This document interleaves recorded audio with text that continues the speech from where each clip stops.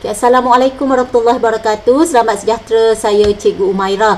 Pada hari ini saya membincangkan bab 8 sukatan serakan data tak terkumpul bagi matematik tingkatan 4.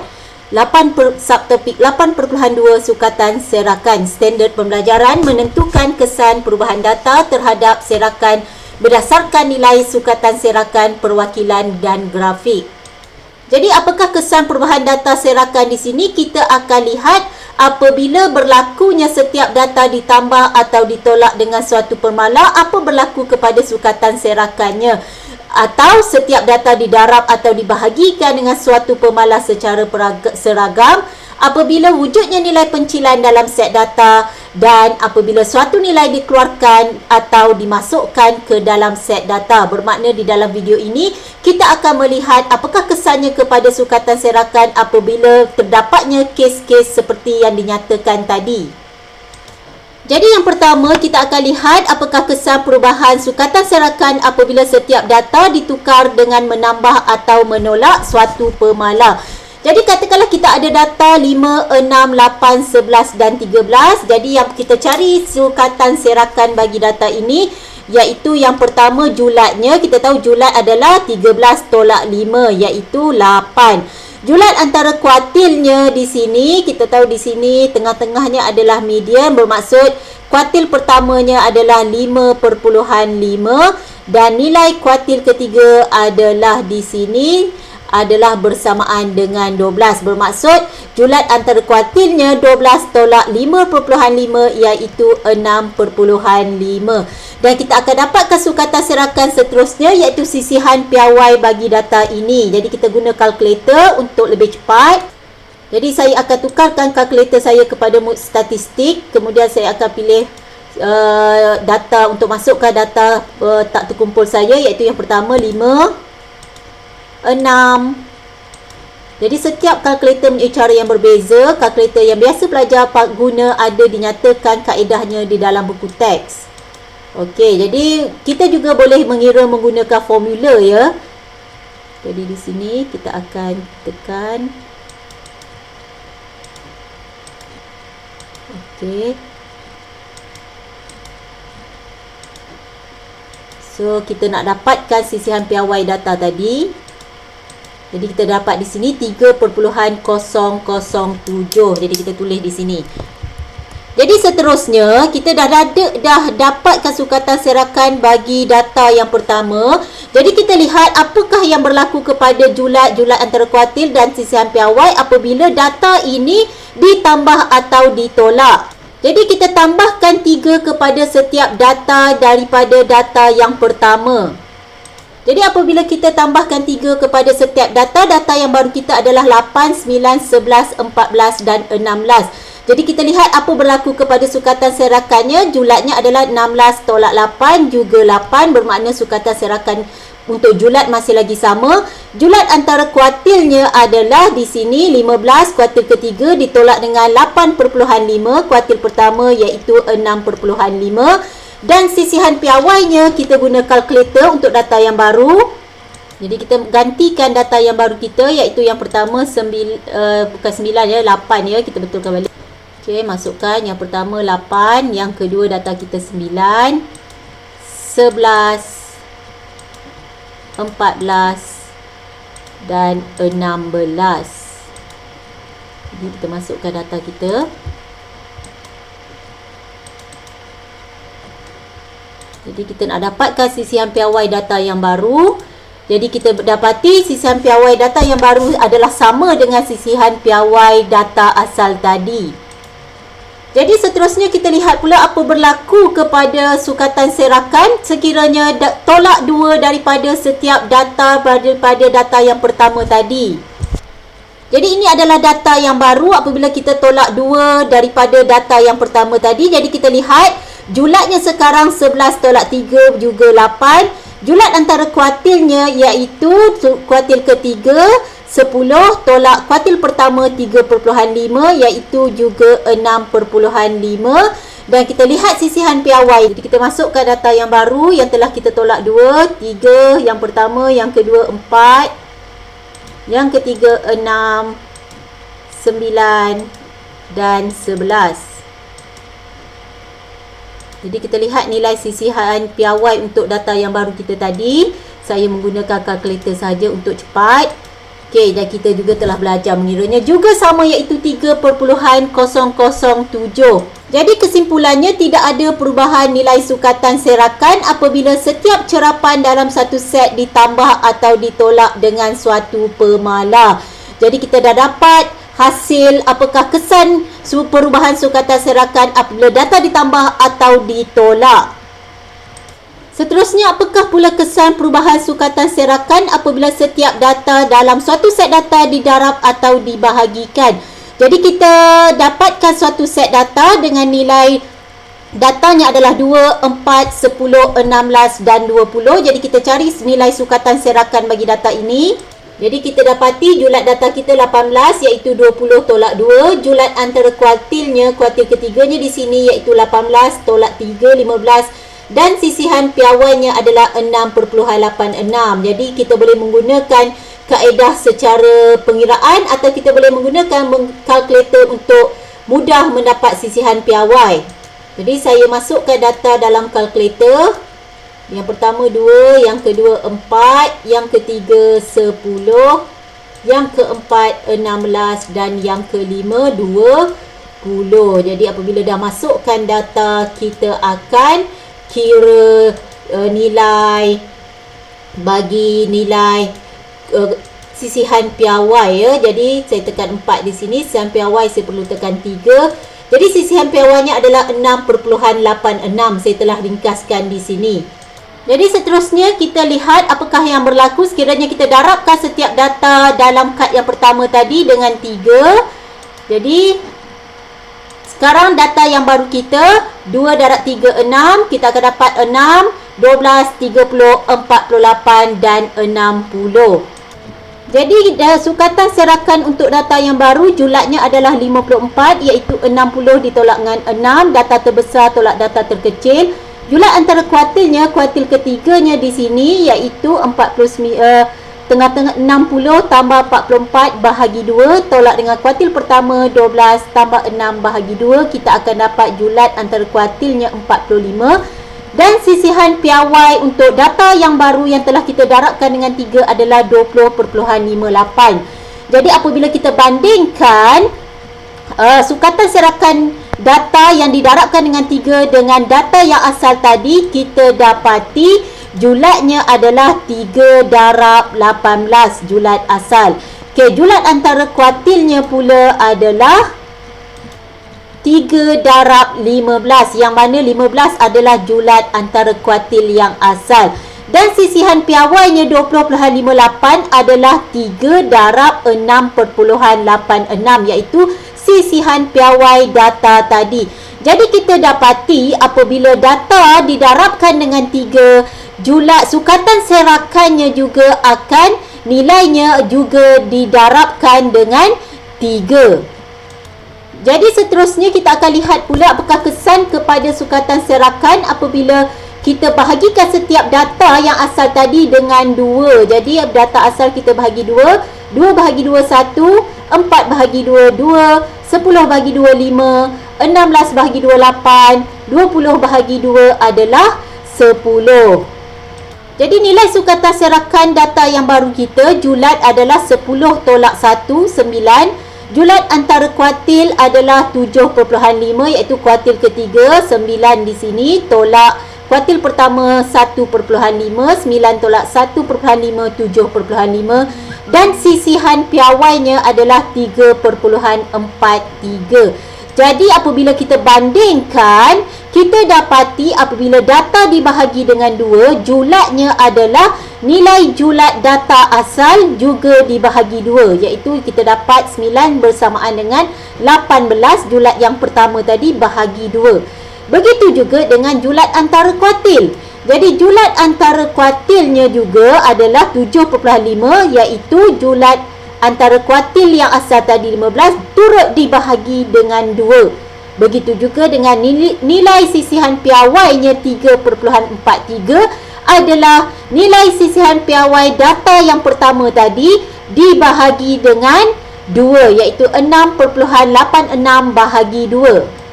Jadi kesimpulannya, apabila setiap cerapan dalam suatu set data didarab dengan suatu pemalar K, maka julat baharu adalah pemalar itu darab dengan julat asal. Begitu juga julat antara kuartil yang baru adalah pemalar tadi K darab dengan julat antara kuartil yang asal. Dan nilai sisihan piawai yang baru adalah K darab sisihan piawai asal. Dan untuk variance yang baharu juga adalah K kuasa 2 darab variance asal. Jadi apabila setiap cerapan dalam suatu set data dibahagikan dengan suatu pemalar K, seperti mana aktiviti kita tadi, kita dapati julat baru adalah julat asal bahagi K. Julat antara kuartil yang baru adalah julat antara kuartil asal bahagi dengan nilai K. Sisihan piawai yang baru adalah sisihan piawai asal bahagi K. Variance baru adalah variance asal bahagi dengan K kuasa 2, iaitu pemalar kuasa 2. Apakah kesan ke atas sukatan serakan apabila sesuatu pencilan dimasukkan atau dikeluarkan daripada suatu set data? Jadi kesannya pada julat akan berubah dengan mendadak apabila suatu pencilan dikeluarkan atau dimasukkan ke dalam set data. Kerana kita tahu julat adalah nilai terbesar tolak nilai terkecil. Apabila berlakunya ada kemasukan pencilan, iaitu suatu nilai yang sangat besar atau sangat kecil dimasukkan dan dikeluarkan, sudah pasti memberi kesan kepada julat. Tetapi untuk julat antara kuartil, nilai julat antara kuartil kurang dipengaruhi apabila suatu pencilan ditambah atau dikeluarkan daripada set data. Untuk variance dan sisihan piawai, nilai bagi variance dan sisihan piawai akan bertambah dengan banyak apabila pencilan ditambah ke dalam set data. Jika beza antara nilai cerapan baru dengan nilai min adalah rendah, maka nilai sisihan piawai yang baru akan semakin kecil dan sebaliknya. Jika beza antara nilai cerapan yang dikeluarkan dengan nilai min adalah rendah, maka nilai sisihan piawai baru akan semakin besar dan sebaliknya. Seterusnya, bagaimanakah pula menentukan kesan perubahan data terhadap serakan berdasarkan perwakilan grafik? Jadi sekarang kita lihat plot titik, data ditukarkan secara seragam untuk ditambah atau menolak suatu pemalar. Jadi kita lihat ini adalah data asal. Jadi apabila setiap cerapan ditambahkan kepada 2, kita lihat 8. Apabila tambah 2, dia akan dianjakkan ke kanan sebanyak 2 nilai, 2 unit. Jadi dalam raja di atas, apabila setiap cerapan ditambah dengan 2, didapati bahawa seluruh plot titik dianjak ke kanan sebanyak 2 unit dengan serakan tidak berubah. Kalau kita lihat, pola serakannya masih lagi bentuk yang sama. Jadi kalau kita lihat yang kedua, julat skor asal. Julat skor asal kita tahu data tertinggi tolak data terendah. Untuk yang asal 15 tolak 8, iaitu 7. Jadi apabila data dianjakkan, apabila setiap cerapan ditambah 2, julat barunya adalah 17 ditolak 10 juga 7. Jadi julat bagi kedua-dua set ini adalah sama seperti mana perbincangan kita sebelum ini. Untuk data yang ditambah atau ditolak, setiap cerapan dalam satu set data ditambah dengan suatu pemalar, nilai sukatan serakan tidak berubah. Kita lihat pula data ditukar secara seragam apabila setiap cerapan didarab atau dibahagi. Jadi kita lihat ini adalah data asal kita, diberi plot titik seperti ini. Kita ada 1, kita ada 2 yang kekerapannya 3 kali dan sebagainya. Dan ini adalah taburan plot titik bagi setiap cerapan didarab 2. Jadi kita lihat 1 darab 2 akan jadi 2. 2 darab 2 akan jadi 4. Jadi kita ada 3 data 2 akan jadi 3 data 4. Dan seterusnya. Jadi apa yang kita dapati apabila setiap cerapan didarab 2, serakan seluruh plot titik telah berubah menjadi 2 kali ganda lebih besar. Jadi bentuk serakannya adalah sama, tetapi keluasan serakannya menjadi lebih besar dan luas. Yang kedua, untuk julat skor asal, kita tahu julat adalah data terbesar tolak data terkecil. Data terbesar kita adalah 5 tolak 1, julatnya adalah 4. je. Jadi untuk data yang baru setelah didarabkan dengan 2, julatnya adalah 10 tolak nilai terkecil kita adalah 28. Jadi ini menunjukkan julatnya adalah K iaitu nilai pemala didarabkan dengan nilai julat asal tadi ataupun di sini. Okey, jadi kesimpulannya sama seperti penyelidikan kita secara perwakilan data tadi. Apabila setiap cerapan dalam suatu set data didarab dengan suatu pemalar K, nilai sukatan serakan akan berubah. Jadi bentuk perubahannya adalah setiap nilai sukatan serakan juga akan nilai sukatan serakan asal darab dengan K. Jadi kita lihat kes yang ketiga, apabila suatu nilai yang dimasukkan atau dikeluarkan merupakan pencilan. Jadi ini adalah data asal kita. Jadi kita akan masukkan pencilan 9 kepada data asal. Jadi apakah yang akan berlaku kepada sukatan serakan? Yang pertama, serakan seluruh plot titik menjadi lebih lebar. Jadi sebab apa? Kalau di sini dia lebih kecil sampai sini sahaja.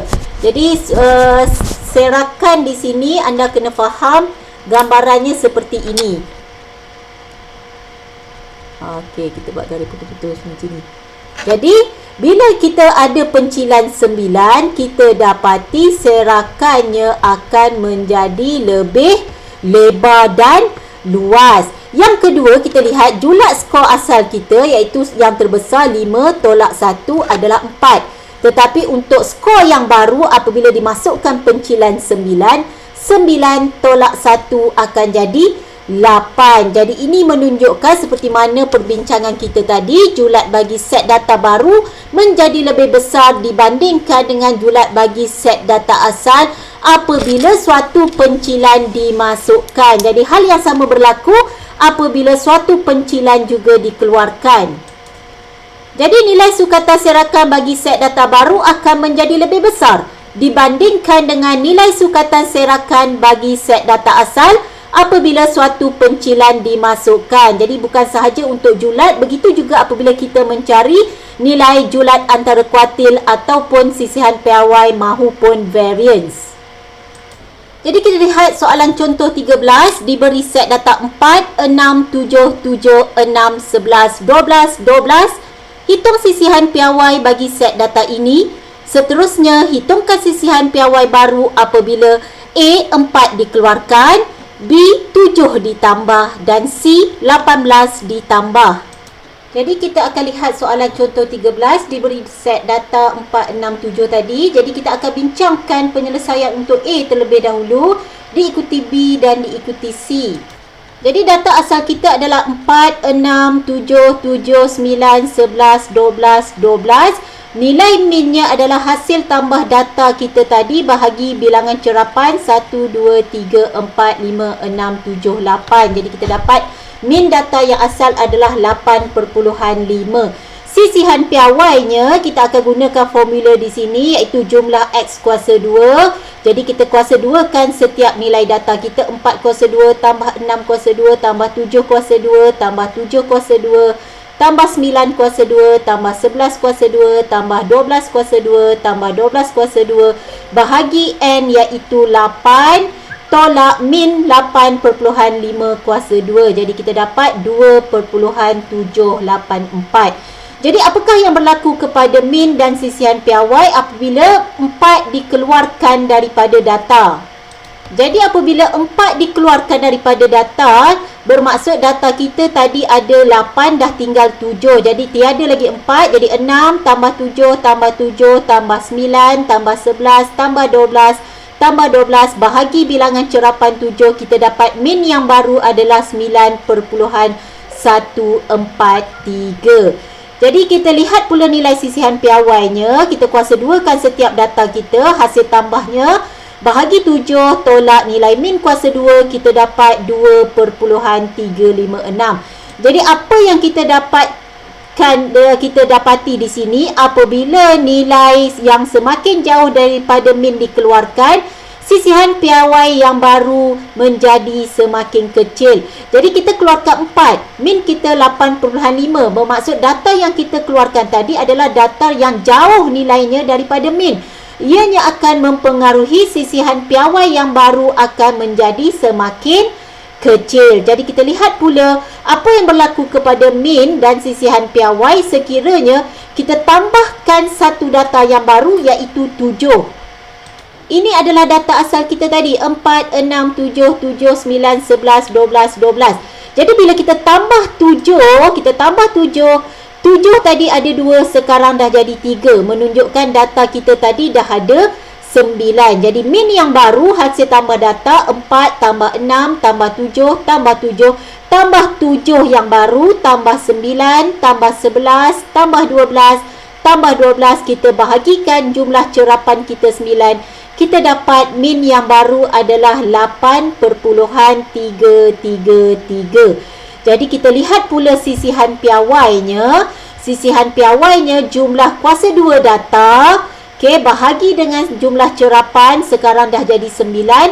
Tolak min yang kita baru kira sebentar tadi. Tolak 8.33 kuasa 2, kita dapat 2.668. Jadi daripada sini kita dapat satu kesimpulan, apabila nilai yang dekat dengan min ditambah, sisihan piawai yang baru juga menjadi semakin kecil. Kerana min asal kita adalah 8.5. Jadi 7 adalah suatu nombor yang ditambahkan yang nilainya menghampiri dengan nilai min. Jadi ianya juga akan menyebabkan data sisihan piawai yang baru menjadi lebih kecil daripada sisihan piawai yang asal, kerana nilai yang ditambahkan adalah menghampiri dengan nilai min. Jadi kita lihat pula soalan C tadi, apakah yang berlaku kepada min dan sisihan piawai apabila suatu data yang baru iaitu 18 ditambah. Jadi apabila kita tambah 18 daripada data asal kita tadi, 4 tambah 6 tambah 7 tambah 7 tambah 9 tambah 11 tambah 12 tambah 12, itu yang asal. Sekarang kita tambah 18. Jadi untuk dapatkan min, hasil tambahnya kita bahagi dengan jumlah cerapannya adalah 9. Tadi 8 yang asal, sekarang dah jadi 9. Maka min yang baru adalah 9.556. Jadi sisihan piawai yang baru, kita hasil tambah kuasa 2 setiap data, bahagi 9, tolak minnya. Kita ada formula di sini, tolak min kuasa 2.